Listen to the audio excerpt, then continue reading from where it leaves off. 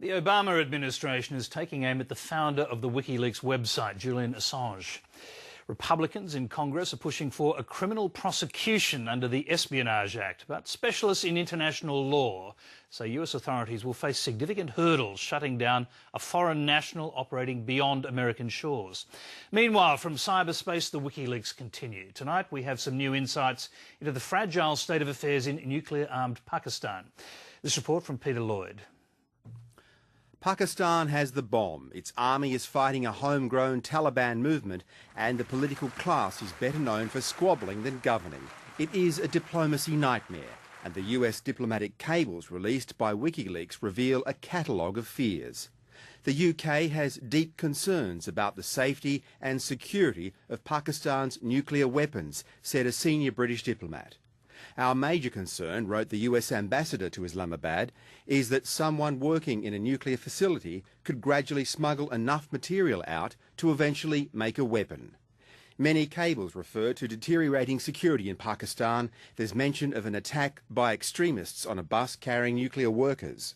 A Russian official told the US that 120,000 people are directly involved in Pakistan's nuclear and missile programs.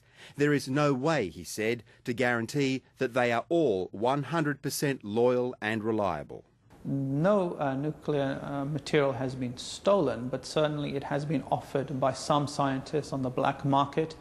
Another set of cables revealed that a year ago, the United States knew that certain Pakistani army units were murdering hundreds of captured militants rather than turning them over to civilian courts for trial. Nothing was said about the outrages publicly because the ambassador argued that would erode goodwill between the Pakistan military and the US. The fact is, governments deal with the United States because it's in their interest. Not because they like us, not because they trust us, and not because they believe we can keep secrets. US Defence Secretary Robert Gates was in the Bush cabinet too. He is regarded as a voice from the political centre. His assessment on the impact of WikiLeaks may seem as unvarnished as some of the leaks themselves. Some governments deal with us because they fear us, some because they respect us, most because they need us. We are still essentially, as has been said before, the indispensable nation. So other nations will continue to deal with us. They will continue to work with us. We will continue to share sensitive information with one another. Is this embarrassing? Yes. Is it awkward? Yes. Consequences for U.S. foreign policy? I think fairly modest. Modest maybe, but arriving in Kazakhstan for a summit on security and cooperation in Europe, Hillary Clinton was sounding like the Secretary of State for mending fences. Well, I, of course, have been reaching out to governments and leaders around the world over the last week. I will continue to do so. The exact whereabouts of Julian Assange are a mystery. He's wanted for questioning over a rape allegation in Sweden. Interpol has issued an alert for his arrest.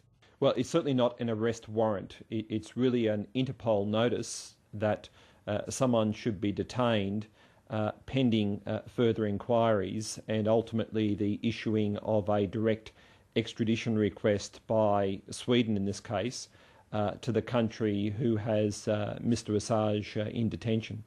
The Americans want to prosecute Assange over the WikiLeaks, possibly using the Espionage Act. And key lawmakers are going so far as discussing declaring WikiLeaks a foreign terrorist organisation on par with Al-Qaeda.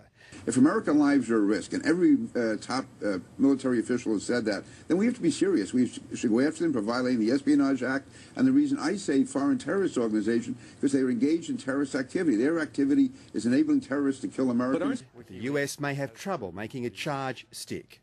There's no evidence at the moment, or there's never been any suggestion that Mr Assange himself has personally taken this material from US government agencies or stolen it from US government officials, but that rather he's been handed this material as a second or third person down the line. So to that end, there may be significant technical difficulties in terms of criminal prosecutions being brought under this legislation. No one has been charged with passing the diplomatic cables to WikiLeaks, but suspicion is focused on Army Private Bradley Manning, an intelligence analyst arrested in Iraq in June and charged over an earlier leak. Peter Lloyd, Lateline.